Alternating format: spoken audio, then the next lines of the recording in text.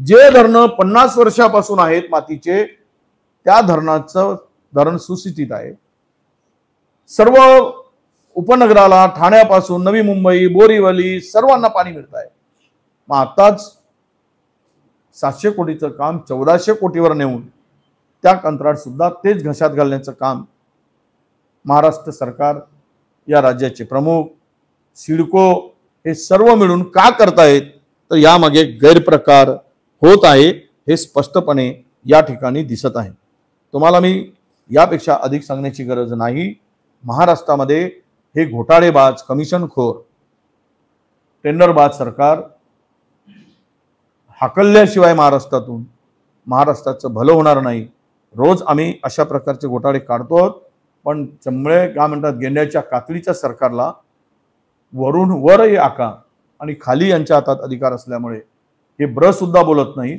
यांना जर माझा चॅलेंज आहे की या कामाच्या संदर्भात जर यांना समोर येऊन सरकारच्या कोणत्याही प्रतिनिधीला माझ्यापाशी पूर्ण पुरावे आहेत, हे काम कसं वाढवलं, कशा पद्धतीने एका कंपनीला देण्यासाठी प्लॅन केला गेला, यावं मी डिबेटसाठी तयार आहे।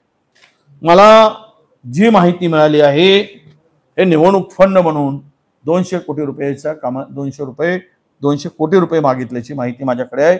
मी ती माहिती आज न उद्या सगळी देईन, पण यासाठी 200 कोटी रुपये मिळवण्यासाठी 700 कोटीचं काम 1400 कोटीवर नेलेलं आहे।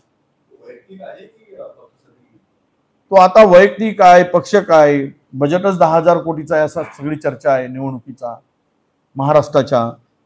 म्हणजे महाराष्ट्राच्या जनतेला विकत घेऊ शकतो ही गमेन पैशाच्या भरोशावर या लोकांना आलेली आहे। त्यामुळं हे असा बजेट आणि त्याची चर्चा ही लोक करत आहेत। पंतप्रधानांनी आम्ही हमी भाव देऊ त्यामध्ये या पिकाचा समावेश केला। कालही मला मराठवाड्यातून फोन आला, हिंगोलीतून, साहेब 3,800 रुपये प्रमाणे सोयाबीन विकलं जातं। याचं कारण असं आहे, अदानींना फायदा पोहोचवण्यासाठी 1,38,000 पामोलिन तेल आयात केलं गेलं आणि त्यामुळं सोयाबीनचे भाव पडले। हे लपून राहिलेलं नाही, आता 2 महिन्यापूर्वी आयात झालं। पूर्वी सुद्धा त्या ठिकाणी आयात केल्यामुळे मागच्या फसलमध्ये सोयाबीनला 4,000च्या आत दर मिळाला। उत्पन्नामध्ये पूर्ण घट आली। 30% सुद्धा उत्पन्न नाही अतिवृष्टीमुळे, आणि 30% उत्पन्न नसताना आणि हे दर पडले असताना शेतकरी जगेल कसा? त्यामुळे शेतकऱ्यामध्ये आक्रोश।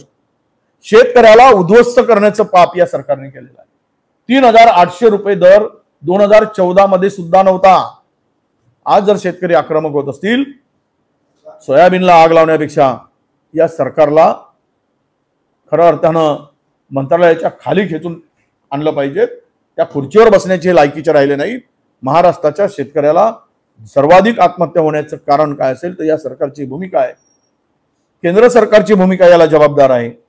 आणि आता तर हा मंत्रालयाचा आक्रोश आहे, यांना फिरू देणार नाही शेतकरी, मत तर देणारच नाही पण फिरू सुद्धा देणार नाही, इतका आक्रोश शेतकऱ्यामध्ये आहे। बघा, जिहाद हा शब्द त्यांना पाठ आहे, कारण जिहाद म्हटल्याशिवाय त्यांना मतं कोणी द्यायला तयार नाही।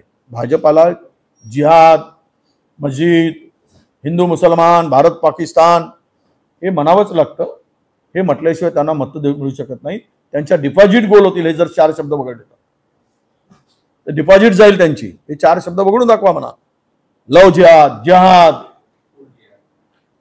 पोट जिहाद, मुस्लिम, पाकिस्तान, हे सगळं अतिरेकी, हे ठरलेले शब्द आहेत। त्यामुळे त्याच्यावर फार बोलण्याची गरज नाही।